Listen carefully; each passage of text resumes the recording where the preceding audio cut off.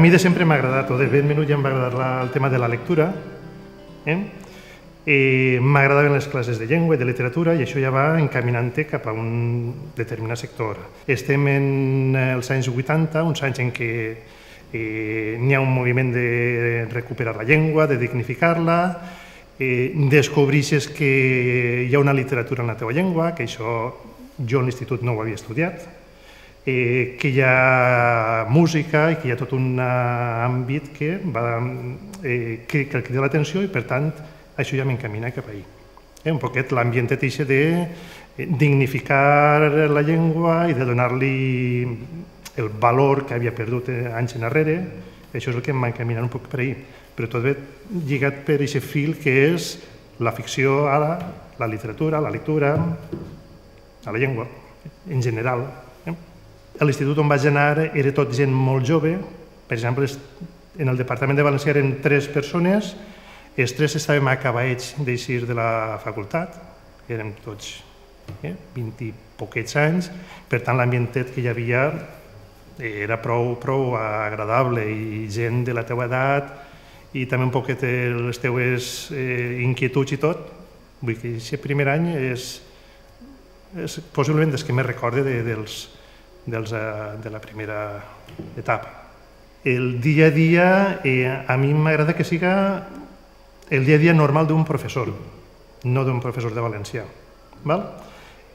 mi m'agrada que la meva assignatura sigui una assignatura normal, tan interessant o no com pugui ser qualsevol altra, que no sigui una assignatura especial, sinó que siga com història, com matemàtiques, com biologia, com qualsevol altra. I treballar a aquest nivell, és a dir, ni que hi hagi més èmfasi ni altres històries, sinó simplement en l'ensenyament jo crec que totes les assignatures, tots els àmbits han de tenir la seva importància i fer que el valencià sigui una assignatura tan important com qualsevol altra, jo crec que això ja és un repte prou important i si ho aconseguim, ideal. Jo no aspiro que sigui una assignatura diferent, sinó que siga tan important com la resta. Jo aspiro a això, aspiro a que no sigui un docent diferent, que siga considerat ni una vocació diferent, no crec que sigui un heroi ni una persona que hagi de posar-se reptes diferents superiors, sinó jo crec que ja és un bon repte ensenyar llengua i ensenyar literatura, sense posar-li etiquetes de hem de fer més. Jo aspiro a ser tan, arribar al mateix nivell que els companys de castellà o d'anglès o de qualsevol altra llengua. Evidentment, estem parlant de la llengua que és la meva feina, però també estem parlant de la llengua de ma casa, dels meus pares, de la meva família, dels meus fills, del meu poble. Això té un altre valor a part del laboral. Aquí veuríem dues coses diferents. Evidentment, aspira a un poquet més de normalització de la que tenim.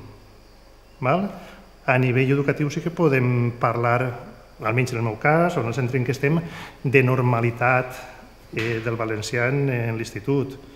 Però quan eixim de l'institut trobem moltes mancances. M'agradaria poder anar al cine, veure pel·lícules en valencià.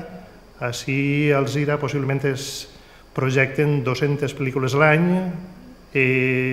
no hi ha cap opció de veure una pel·lícula en valencià. M'agradaria anar al quiosc, comprar una revista de motos o de futbol en valencià. M'agradaria que no fos una excepció trobar música en valencià o trobar... Això és el que m'agradaria i aspiraria a això.